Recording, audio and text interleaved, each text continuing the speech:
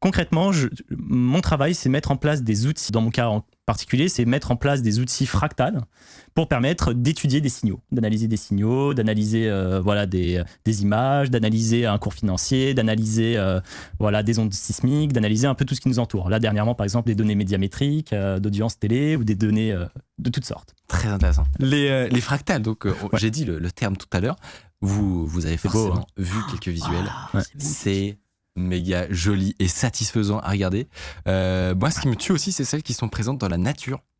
Tu en parles souvent, mais effectivement, le fait que ça se retrouve dans des choux, dans les arbres, dans même le corps humain. C'est ça, le chou romanesco, ça.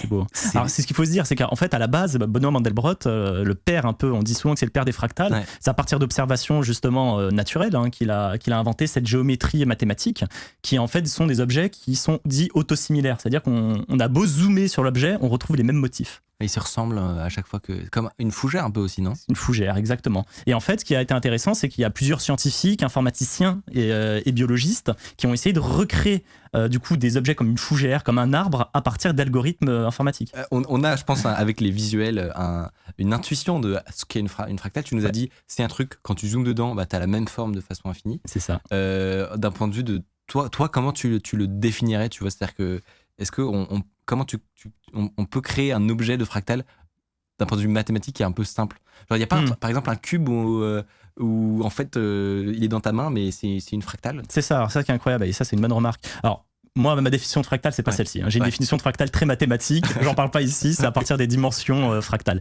Mais voilà, là, vous avez une façon, par exemple, sur cette image, de créer des fractales très simplement à partir d'un carré. On enlève le carré du milieu, tout simplement. En Rubik's Cube. Voilà, et on réitère cette opération sur tous les autres carrés. Et en fait, on va obtenir à la fin, ce qu'on appelle un hypercube. Une éponge de Menger, ça s'appelle, pardon. Une éponge de Menger qui est une fractale, justement, qui est pas entre. Voilà, si on doit en fait quantifier l'espace qu'elle occupe, en fait, elle a un volume qui est proche de 0. Parce qu'on enlève de la matière une infinité de fois, mais pour autant qu'elle ait un volume proche de 0, sa surface, la surface qu'il y a autour, elle est infinie. Parce qu'à chaque fois qu'on retire de la matière, on crée de la surface, on rajoute de la surface. Évidemment. Donc volume nul, surface infinie. Ouais. Et en fait, on arrive à faire. Qui tient dans ta main, en fait. Et qui tient dans ta main. Pourquoi c'est fou ? Pourquoi toi, tu y consacres pas juste un week-end ? C'est l'objet de toute une vie entière. Recherche, exactement. Ouais. Comment ça se fait, tu vois ? Sur quoi tu travailles, quoi ? Alors, déjà, j'ai été motivé par beaucoup de scientifiques avant moi qui m'ont beaucoup enseigné, beaucoup appris sur le domaine. Mais en fait, on m'a surtout appris que si on sort de l'aspect géométrique là que je viens de vous parler, en fait, ça se retrouve aussi à travers les signaux qu'il y a autour de nous. Alors, quand je parle de signaux, ça peut être notre fréquence cardiaque, ça peut être notre vitesse de cours, ça peut être l'évolution du cours d'une monnaie, l'euro, le dollar.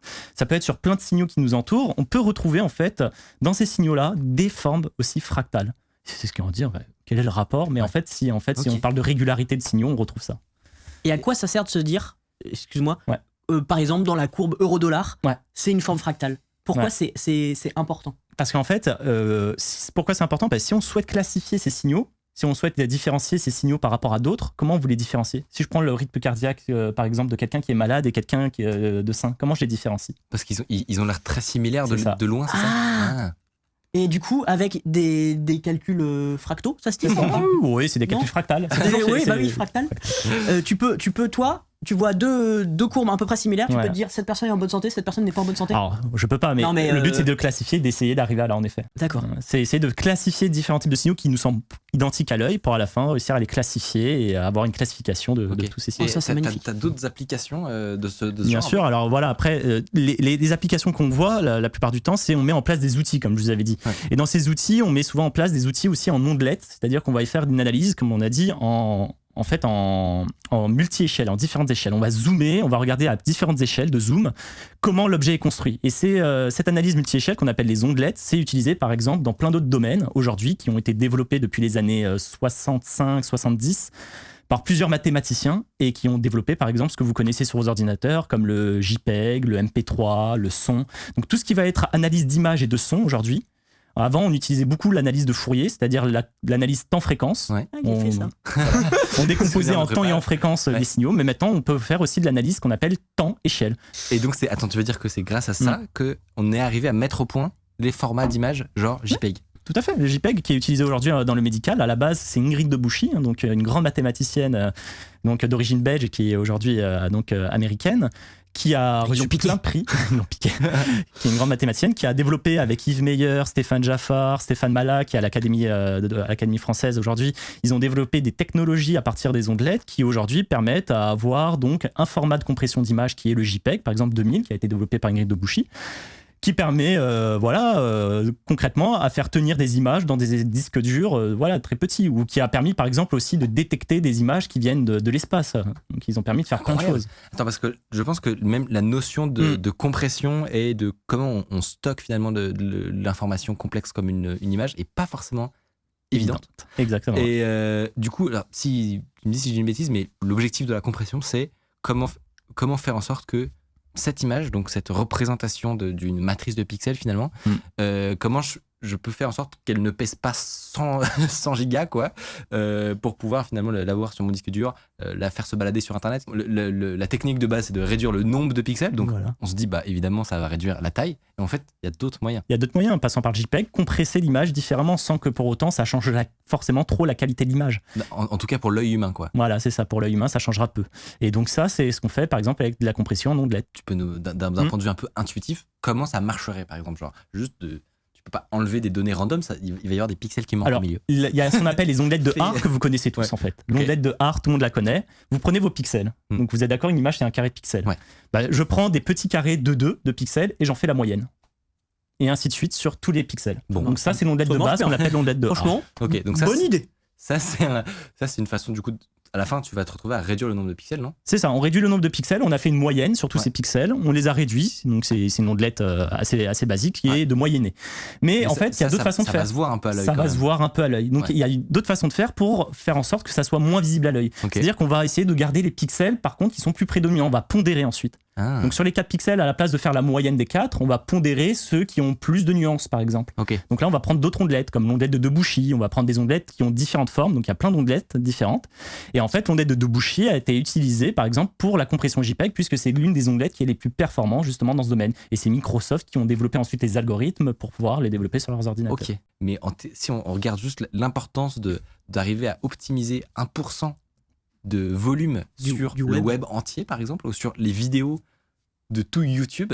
Tout à fait. Déjà, la qualité. Eux, en investissement, ils seraient prêts à mettre des milliards, je pense. Bien sûr. Pour avoir 1% de moins de place, quoi. La qualité, on a bien vu des vidéos sur YouTube augmente tout le temps. On passe 4K, 8K, on aura 16K un jour. Enfin, on a toujours augmenté. Donc, il faut mettre en place davantage d'algorithmes de compression par ondelette aujourd'hui pour réussir à faire ça. Et les codecs YouTube, les nouveaux codecs YouTube, justement, se basent là-dessus.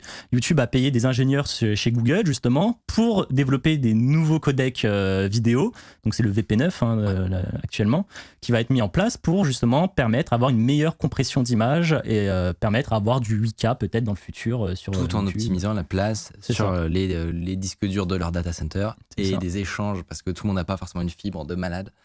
Donc ouais, c'est passionnant, notamment tout ce qui se passe sur ces histoires de codec, par exemple, vidéo. En fait, il y a plein de gros enjeux. Du coup, comme on disait, c'est des trucs à milliards, quoi. Donc entre les grosses entreprises, Apple, H264, les consortiums, les développeurs libres, c'est passionnant. Il y a notamment AV1 en fait qui permettrait, si je me souviens bien, d'avoir littéralement des fichiers divisés par 2 en termes de compression par rapport à H264. Mais ouais, c'est passionnant de se dire que juste 1% par-ci, et en fait, derrière, sur l'ensemble du web, c'est monumental. Et une ligne de code par-ci ou par-là, en vrai, c'est plusieurs centaines, milliers de lignes de code. Ça a un impact derrière. On est tombé tout à l'heure, on a regardé ce qui se passait en fait dans le game du coup de la compression et tout. Et on est tombé sur un challenge à 500 000 €, où le but, c'est de compresser un fichier de 1 giga. Donc en gros, ça s'appelle le Hutter Prize. Et le challenge, d'ailleurs, qui est toujours en cours. Et le site web qui est magnifique. Magnifique. Le challenge est toujours en cours et c'est vraiment trop marrant. Donc déjà, voilà, le site déjà codé en 2 minutes. Ça annonce un bon gros challenge. Cerveau. Voilà, gros cerveau. Ça dit que c'est un matheux quand même qui a sûrement codé le site. Oh, ça balance sur les matheux. Je blague, c'est méchant. Et donc les gens qui ont participé ont réussi pour l'instant à compresser ce fichier de 1 giga. Donc il y a un dossier, enfin un fichier de texte en fait, ils ont réussi à le compresser de 1 giga à 115 mégas. C'est incroyable. C'est fou. Ouais. Pour le coup, divisé par 10 presque. Ouais. Et alors, en fait, le concept du challenge est vachement marrant, c'est que tous les 1%, à chaque fois que tu participes, donc tu uploades juste le résultat, tu dis, voilà, je vous file un fichier, il fait 50 mégas de moins. Et du coup, ils font le calcul. Si jamais tu arrives à faire 1% mieux que le précédent, tu gagnes 5000 balles. Voilà. Et ainsi de suite. Ouais. Et plus tu descends. Tu as la je sais ce que tu vas faire. C'est intéressant. Et voilà. Et plus tu grappilles des mégas et des mégas et des mégas. Et c'est trop marrant. Tu peux choper l'enveloppe totale. Et vous remarquez d'ailleurs que c'est la même personne qui a les 5 ou 6 dernières. Ah, mais c'est méga dur.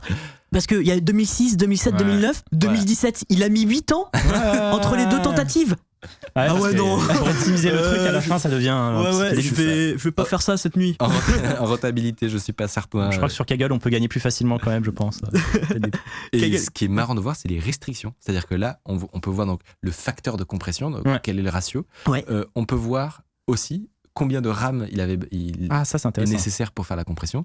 Donc tu vois qu'on est sur du 800 mégas, ce qui est énorme honnêtement déjà. Et là, on arrive sur les derniers records, il faut 10 gigas. Ah oui, juste pour faire c'est pas pratique, hein. Pour compresser, hein. Juste pour compresser, il faut 10 gigas et 50 heures. Mais ouais, c'est un malade. Voilà. Il a laissé tourner son PC pendant 50 heures. C'est ça. Non, c'est pour gagner 900 MO. Ça n'a aucun sens. Ça, c'est des fractales intéressantes parce qu'en fait, elles sont issues de signaux, donc de fonctions très compliquées où il y a des problèmes ouverts dessus. Par exemple, sur cette fractale-là, on n'arrive pas à comprendre plein de choses. Simplement, sa structure qui est un peu bizarre, comme on peut voir, mais comprendre simplement en fait comment ça se reboucle, quelles sont en fait la nature des points. Regardez qu'est-ce qui se passe en un point quand on zoome. Il y a plein de choses à. C'est très bizarre. On m'a appris qu'une fonction, ça pouvait jamais aller en arrière. Alors moi, je préfère sa rotation. Je sais pas si j'ai envoyé la rotation. Maths de quatrième. Ah oui, parce que c'est pas une fonction. Alors c'est une fonction complexe à la base. Okay. D'accord. Non, mais je le savais. Alors moi, je vais faire une remarque très très mathématique, évidemment. Ça ressemble pas un peu au vaisseau de Star Wars? Alors si on retourne, ça fait un cœur. Moi, c'est ça que j'aime bien. Ah, d'accord. Et donc ça, c'est issu d'une fonction qu'on appelle donc les séries de Riemann. Donc ce sont des séries assez compliquées en fait, qui sont des sommes d'exponentielles INX sur NS. Enfin, ça, c'est toi qui l'as fait, ça? Oui, c'est moi qui l'ai fait. Voilà. Oui, c'est moi qui les ai simulés, ces fractales. On les retrouve sur certains. Enfin, c'est des articles très spécialisés en mathématiques, mais en fait, réussir à les comprendre et à regarder leur nature multifractale en fait là, parce qu'en fait, elle est composée de différentes régularités en chaque point. Ça a été fait récemment par un de mes directeurs, mais en fait, le comprendre dans un cadre plus général, c'est un problème ouvert. Il y a des problèmes ouverts derrière cette figure en tout cas. Ok. C'est ça que je veux dire. C'est complexe. Très intéressant. Alors celle-là est intéressante. Qu'est-ce que c'est? Alors ça, c'est une fractale en 2 dimensions en fait, c'est des vaguelettes qu'on voit pas. Si vous zoomez, vous retrouvez les mêmes vaguelettes en fait qui s'écrasent en zéro. Et en fait, comprendre le volume qu'il y a en dessous me permettrait en fait à résoudre pas mal de problèmes. Ouais. Donc je cherche justement à faire ça actuellement. Ah, t'as pas. Ouais, je trouve ça des recherches. Au Vosges. Ouais, c'est une recherche actuellement. Ça ressemble au Vosges. Là, on est à côté de. Mais en fait, c'est autosimilaire. Il y a un fait autosimilaire, donc j'ai pas besoin en fait de calculer partout, par exemple, cette notion d'air autour de zéro. J'ai juste besoin de le calculer dans une zone, et vu que ça se répercute partout après, ça me suffira. Donc là, en ce moment, tu arrives le matin et tu fais allez, on va calculer les montagnes. Ouais, alors je pose pas comme ça, j'ai des équations, j'ai des trucs bien abstraits et le matin, non mais c'est ça, si je vois le truc, je dis bon, allez, c'est parti, qu'est-ce que je fais? Ah oui, donc c'est quand même vachement ça. C'est parti, on cherche et on cherche. Trop stylé. Okay. Ce qui est intéressant, c'est qu'on voit plein d'applications, justement, que ce soit en informatique, en chimie, enfin en physique, en chimie. Et l'intérêt, c'est de voir qu'en fait, cette zone des mathématiques est pluridisciplinaire. Ça va avoir des implications en informatique, en chimie, en physique, en économie. Voilà, là, juste avant, j'étais en réunion avec justement un chercheur à Assas, donc qui travaille avec médiamétrie, en économie plutôt. Et justement, on développe des choses ensemble. C'est ça qui est intéressant. Ouais. Tu disais qu'on on dit beaucoup que le futur de l'informatique, ça pourrait être le quantique, etc. En fait, c'est pas impossible que ce soit tellement important en fait cette partie de la recherche qu'on pourrait dire qu'il y a beaucoup de choses. Ou fractal. Ou le fractal. En fait, c'est qu'on a beaucoup réfléchi avec Fourier en termes de fréquence. Ouais. C'est-à-dire, regarder à quelle fréquence les choses étaient décomposées. Quand on prenait une note, ça sonnait à une certaine fréquence. Ouais. Une fréquence. Et quand on prenait une musique, c'est un ensemble de fréquences. Un bruit, c'est une composition de fréquences, etc. On n'a jamais réfléchi, avant pas mal d'années, à regarder ce qui se passe à différentes échelles, c'est-à-dire à multi-résolution, à multi-échelles. Qu'est-ce qui se passe à différentes résolutions. Et là, quand on commence à ouvrir la recherche là-dedans, on découvre plein de choses. Et c'est vrai que le futur, justement... est fractal. Le futur est peut-être fractal. J'aime bien cette phrase, moi, ça ouvre les possibilités. Et il y a tout un champ mathématique qui s'ouvre là. Vraiment, il y a plein de problèmes ouverts. Bah écoute, on va suivre ça.